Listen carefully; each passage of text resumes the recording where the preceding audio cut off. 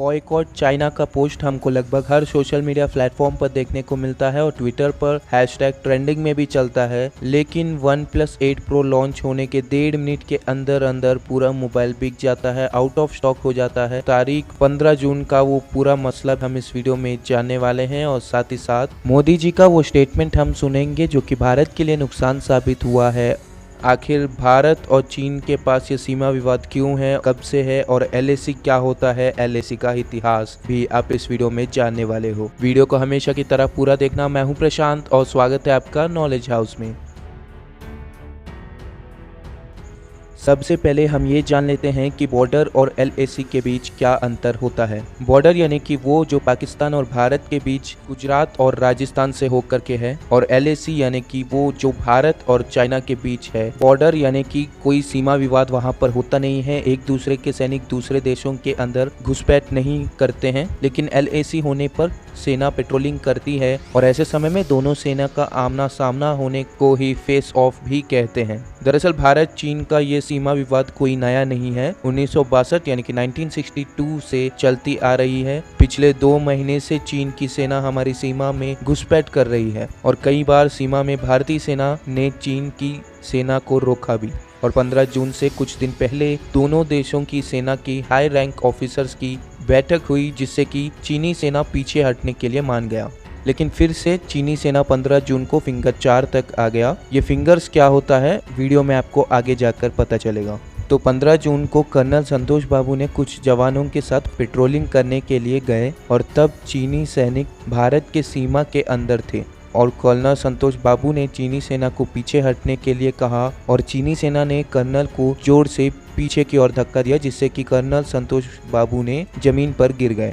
ये हादसा भारतीय जवानों के सामने हुआ और ऐसा करने पे जवानों को गुस्सा आया, जिससे कि भारतीय जवान चीनी सेना पर हमला किया और उनका टेंट यानी कि तंबू जला दिए। और फिर उस रात को चीनी सेना के सैनिक बड़ी गिनती में आकर भारतीय सेना पर हमला किया, जिस हमले में एक बड़ा पत्थर कर्नल संतोष बाबू के सर पर लगा और कर्नल संतोष बाबू और बाकी 19 जवान भी शहीद हुए। भारतीय सेना पर हमला, चीनी सेना का भारत सीमा में घुसपैठ, कर्नल संतोष बाबू सहित 19 जवानों का शहीद होना, ये सब 15 जून को हो चुका था। लेकिन मोदी सरकार की तरफ से कोई भी बयान नहीं आया। ट्विटर के जरिए खबरें सामने आती गई तो फिर मोदी सरकार ने धीरे से स्वीकार किया। 19 जून को PM मोदी ने एक स्टेटमेंट दिए, जिसके बारे में हम वीडियो में आगे जाकर बात करेंगे। फिलहाल अभी LAC बॉर्डर के बारे में।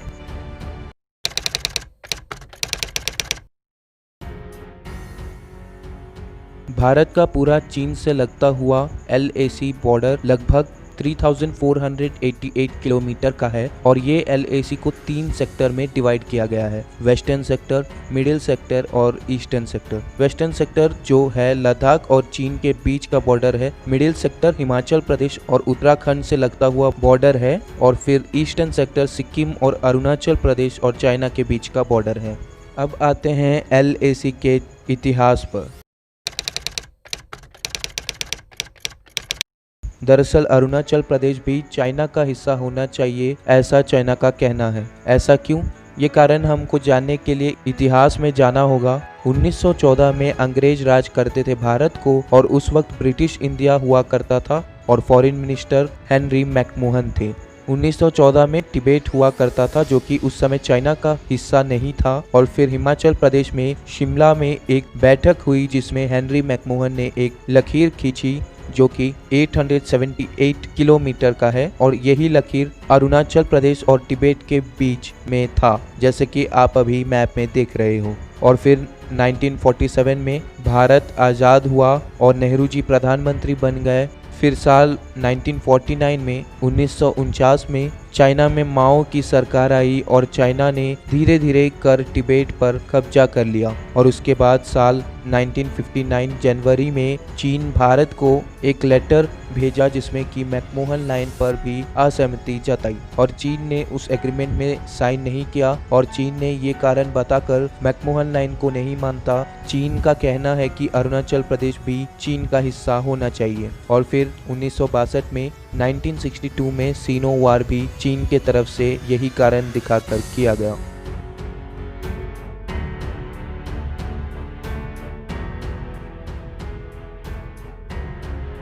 1962 में भारत की सेना उतनी मजबूत नहीं थी, युद्ध के लिए तैयार नहीं थी और चीन ने भारत पर युद्ध किया और भारत वो युद्ध हार गया और चीन ने अक्साई चीन को कब्जे में ले लिया और भारत वापस अक्साई चीन को नहीं ला पाया। आज भी अक्साई चीन चाइना के अंडर में ही है। चीन सोच रहा हो कि युद्ध करके भारत से वो जीत जाएगा तो ये सोच गलत साबित हो सकता है, क्योंकि अब भारत में 1962 की सेना नहीं है बल्कि 2020 की सेना है जो कि चीन को मुंह तोड़ जवाब दे सकता है।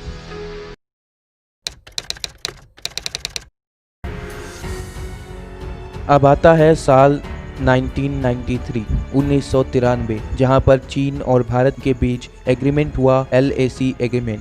1993 में PV नरसिम्हा राव जी की सरकार थी और चीन के साथ उस वक्त भारत ने कहा कि ऐसे कब तक लड़ते रहेंगे, कब तक ऐसे चलता रहेगा, जिसके पास जितना जमीन है उतना ही सही, लाइन ऑफ एक्चुअल कंट्रोल तय कर लेते हैं। और चीन इसके लिए तैयार हो गया और फिर 7 सितंबर 1993 को एग्रीमेंट हुआ दोनों देशों के बीच। और इस एग्रीमेंट में कुछ कंडीशंस थे, जैसे कि कभी दोनों देशों के बीच लाइन ऑफ एक्चुअल कंट्रोल को लेके कोई समस्या हो तो शांतिपूर्वक बैठ के बातचीत से सुलझा लिया जाएगा और 5000 से ज़्यादा सैनिक को आर्मी एक्सरसाइज के लिए बॉर्डर के पास लाना हो तो दूसरे देश को 15 दिन पहले बताना होगा। दोनों देशों में से कोई भी देश हथियार का इस्तेमाल नहीं करेगा। ऐसा सब कंडीशंस उस एग्रीमेंट में थे। इसलिए आप देख रहे हो कि सीमा पर सैनिक हथियार का इस्तेमाल नहीं कर रहे हैं। चीन के सैनिक भारत की सीमा पर घुस रहे हैं तो भारतीय सैनिक उनको हाथ से ही रोक रहे हैं, लेकिन कोई भी हथियार का इस्तेमाल नहीं किया जा रहा है।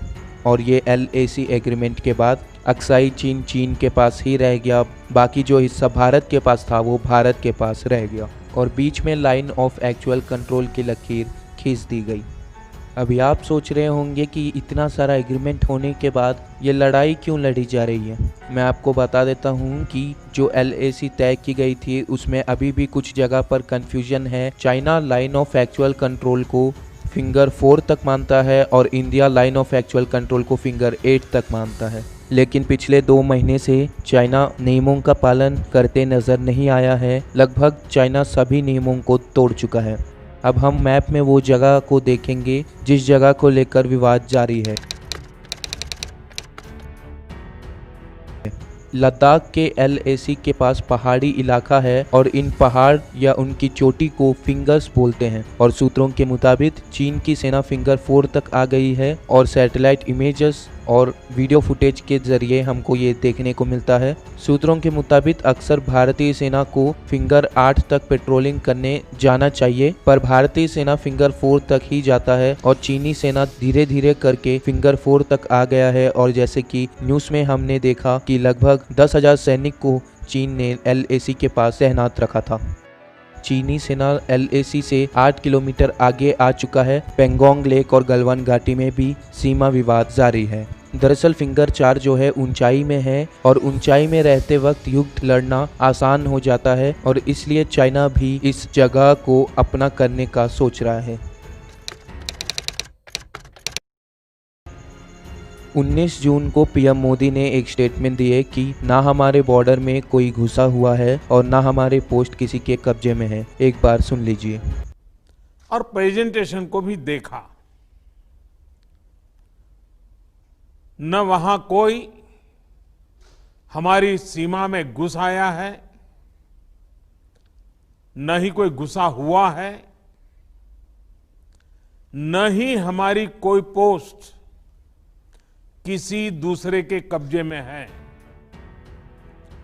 PM मोदी के ये बयान से 2 अर्थ निकलते हैं। एक मतलब है कि अगर कोई हमारे देश में नहीं घुसा तो फिंगर 4 तक चाइना की सेना है, मतलब कि वो जगह चीन का हुआ। और दूसरा, कर्नल संतोष बाबू सहित जो 19 जवान शहीद हुए वो चाइना के बॉर्डर में जाकर जानबूझकर हिंसा की और शहीद हुए, लेकिन ऐसा नहीं है।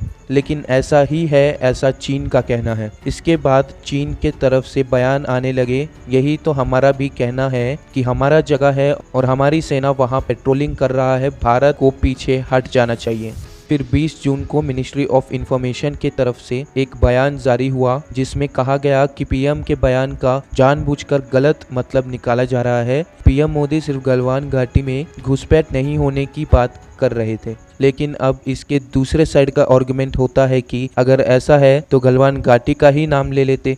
चीन के कम्युनिस्ट पार्टी का अखबार ग्लोबल टाइम्स ने लिखा कि पीएम मोदी समझते हैं कि उनका देश चीन के साथ और नहीं लड़ सकता, इसीलिए वो मामला शांत करने की कोशिश में है। ग्लोबल टाइम्स अखबार में लिखा गया कि भारत का पाकिस्तान से झगड़ा होता है तो उग्र राष्ट्रीय के दबाव में सरकार को जवाबी ऑपरेशन करने पड़ते हैं, लेकिन जब भारत के सामने चीन का मामला आता है तो मामला अलग हो जाता है।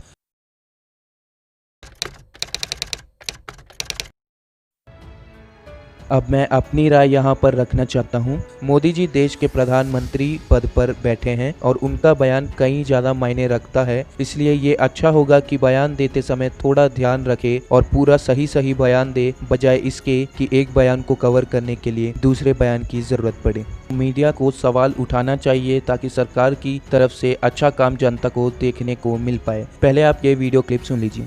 ये सवाल उठाना कि चीनी सेना हमारे जमीन पर आ गई और हम सोते रहे, ये सरकार पर सवाल नहीं होता है, ये सेना पर ही सवाल होता है, क्योंकि पेट्रोलिंग की ड्यूटी सरकार की नहीं होती है, सेना की होती है।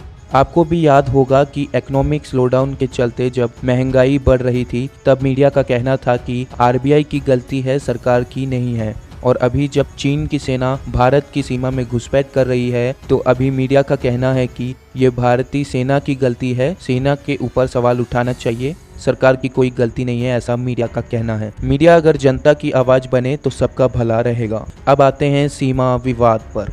सीमा विवाद की बात की जाए तो चाइना की दृष्टि में अरुणाचल प्रदेश को भारत ने कब्जा किया और भारत की दृष्टि में अक्साई चीन को चाइना ने कब्जा किया। दोनों देशों का हिसाब बराबर रहता है, लेकिन अक्साई चीन और अरुणाचल प्रदेश दोनों ही भारत का हिस्सा होना चाहिए। लेकिन चीन अब और भी सीमा के अंदर घुसपैठ कर रहा है तो ये बिल्कुल भी सही नहीं है। अगर भारत 8 किलोमीटर का ज़मीन फिर से खो जाए तो जो 20 जवान जो शहीद हुए उनका शहीद होने का मतलब नहीं बनता। नॉलेज हाउस में हम अक्सर नॉलेज टॉपिक्स की बात करते हैं, ये भी एक ऐसा ही नॉलेज टॉपिक था और इम्पोर्टेंट टॉपिक था जिसके बारे में हर एक को जानना ज़रूरी था, लेकिन इस वीडियो में ऐसी कई सारी बातें की गई जो कि सरकार से जुड़ी हुई है। एनीवेज, अगर आपको ये वीडियो अच्छा लगा तो लाइक कीजिए, अपने दोस्तों के साथ शेयर कीजिए और अगर आप इस चैनल में नए हो तो चैनल को सब्सक्राइब कीजिए और बेल आइकन को दबाइए और आपकी भी राय कमेंट बॉक्स में कमेंट कीजिए। मिलते हैं अगले वीडियो में, तब तक के लिए आपका ख्याल रखना। वीडियो को पूरा देखने के लिए आपका बहुत बहुत धन्यवाद।